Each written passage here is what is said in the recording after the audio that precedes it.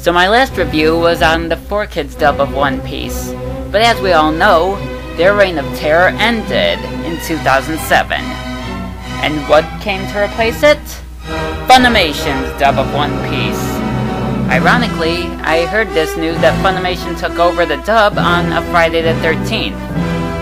And they say it's a bad luck day. Anyways, FUNimation took over the dub in what seemed like a very heroic move. Well, what am I saying seemed like? It was a heroic move. FUNimation truly is the greatest thing ever. And, we have now been given a new dub. The drawback is it's not on TV anymore, but it's on DVD and, well, let's start with this great review, shall we?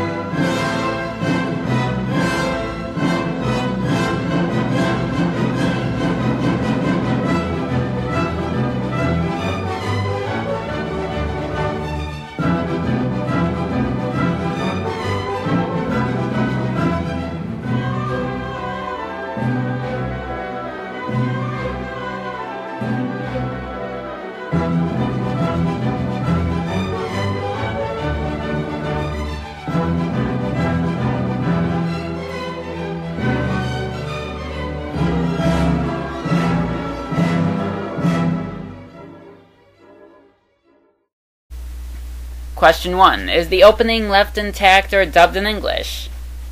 You'll be happy to know that the openings and endings have all been left intact. They've been dubbed into English versions. Half of them have been sung by Vic Mignogna himself, which is, of course, a good thing. And the other songs have been sung by other singers. Well, okay, I'll admit it, they do use the same singers over and over. I mean, like, they use Brianna Palencia, the voice of Chopper, like, for 3 of them. But, whatever, that's irrelevant. Fact is, they do indeed leave the openings and endings intact, so yes they do. 2. Is the background music left intact? It just so happens that it is intact. 3. Free of sloppy or unnecessary edits. Well, on TV they did make the edits much less, though at the moment there really isn't a TV dub anymore, and in truth, the episodes that they did show on TV are at this point void, seeing as they've been released uncut and can be found online. So I'm gonna actually have to give them this one because the episodes they did have were pretty much minimally edited, and by minimally I mean much less than the 4Kids dub had. So I'm gonna say yes to this one.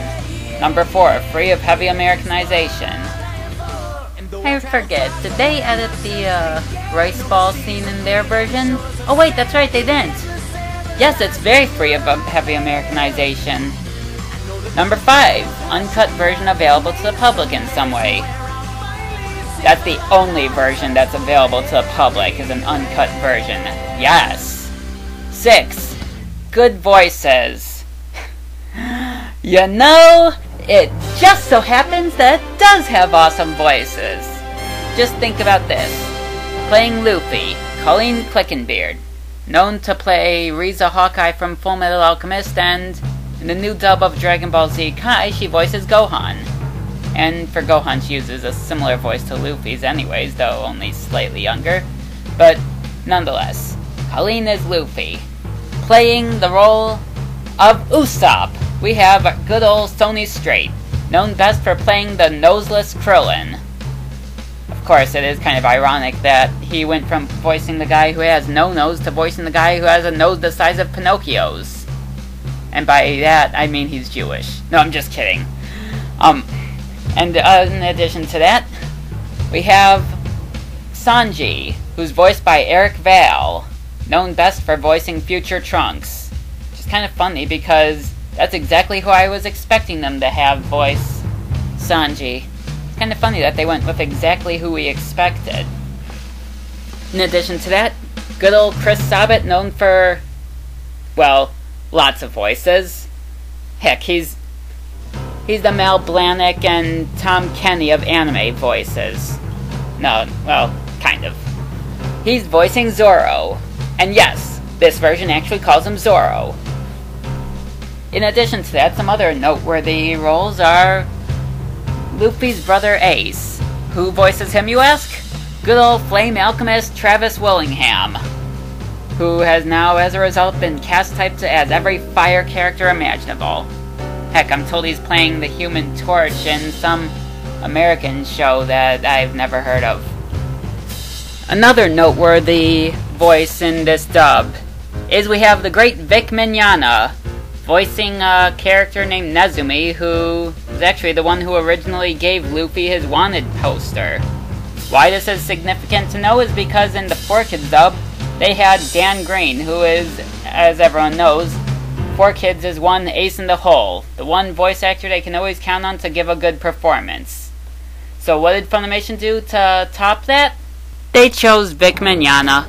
Brilliant!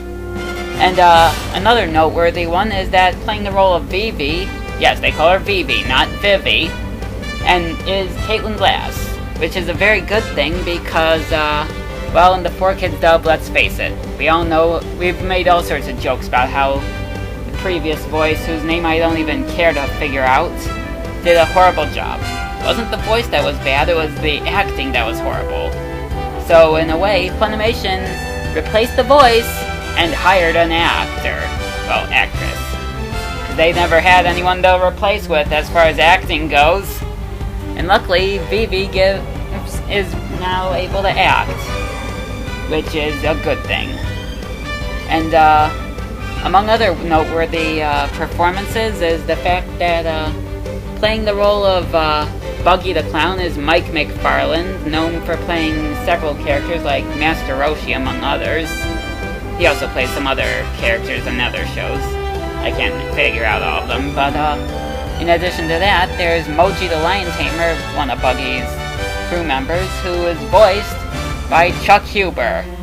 Which is kind of ironic, because I thought he would have been the one to voice Buggy. Instead, he voices one of Buggy's members. Which is also a very good choice, because Chuck Huber here uses his Emperor Pilaf / Garlic Jr. voice for the role. Which is good, because if he were to use his Hiei / 17 voice, that would have been a little bit weird. Anyways, we got those characters and plenty of other well-known Funimation actors that have been into this show. In fact, it's pretty much like almost everyone has at least made some appearance in the dub.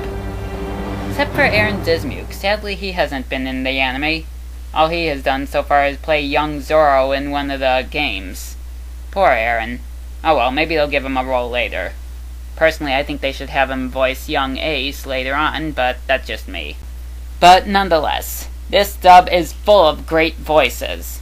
In fact, one could even argue that some of the voices like Bellamy's, who is voiced by Justin Cook, some of those voices like his are arguably better than the Japanese voice. So hell yes, they have great voices. See, 4Kids, you don't have to give everyone goofy accents to have a good cast. You can do just fine without that. Number 7. Script handled well and free of obnoxious jokes added in, excessively bad translations and otherwise unwanted rewrites. Script is pretty dead-on accurate. The only time there's any mistranslations or anything that's inaccurate is when there's jokes in the Japanese version that don't translate well. Like, for example, there was that joke where, during Arlong arc, where, Zoro and Sanji were arguing over something involving Nami, and Sanji somehow made the mistake of thinking Zoro was calling Nami flat-chested, and, well, the joke just didn't translate into English, so they did their best shot. So, like I said, it is indeed accurately translated. Number 8. All episodes dubbed, aired, and released to the public so far. No episodes skipped, merged, or otherwise missing. So far, that's exactly what they've been doing. Now, of course, the dub is unfortunately way behind due to 4Kids having it at first. However, from the episodes we've gotten so far, there haven't been any skipped, there haven't been any merged, and it looks like they're probably going to show all the episodes we have. I'm still wondering when they're gonna get around to those Straw Hat Theater episodes, if those even count, though it's questionable. And same with the movies. Wondering if they're gonna do any of the movies other than the 8th one, because I really want to hear those songs from the movies be dubbed in English. That's the only thing I really care about as far as the movies go. I could care less about the movies themselves, because I prefer the canon material. Movies are just one big filler arc to me. Anyways, so as far as this one goes, yes, all episodes have been dubbed and aired. Well, or at least released on DVD anyways. 9, free of name changes. Now this one, you might have some argument for it. Because obviously on TV, they did have to change some names. Well, okay, they went with all the 4Kids dub names, and even the ones that were in for just the video games made by 4Kids. But those names have no longer been around because DVDs restore all names to the Japanese version. Although, even those, you could argue, there's a few questionable names, like obviously Enel and Enaru, but all of those ones, they use their best assumptions of what would be the right names, and in some cases they even get the official word from Oda which one to go with, and like I said, L and R name changes are not really counting because, well, like I said, you can make an argument either way. So obviously, Enel, Enaru, Alabasta, Arabasta, close, whichever one works. So yes, it is free of name changes. 10, overall is it watchable? You bet it's watchable. Compared to the atrocity 4Kids gave, this stuff is very much watchable. Even when it was on TV and had some editing and some name changes, it was still watchable. Yes! Now you see, 4Kids, this is what I like to call na-na-na-boo-boo. Why I call it that is simple. This is a way of bad-mouthing 4Kids and making them look like total idiots. Funimation, you guys are the best. Heck, you guys are beyond amazing. I've always said this before, when it comes to dubs, Funimation is king. Other studios hire talkers, but Funimation hires actors. And I guess by that logic, if other studios hire talkers, I guess 4Kids just hires illegal immigrants or something. Anyways, this dub is perfect. And in fact, much like Fullmetal Alchemist, one could easily make the argument that it is better. Personally, I think the dub is on par and equal to the original. And, like I said, I can't praise this dub enough. Great job, Funimation. Fuck you, 4Kids. Keep it up, Funimation. You guys are awesome.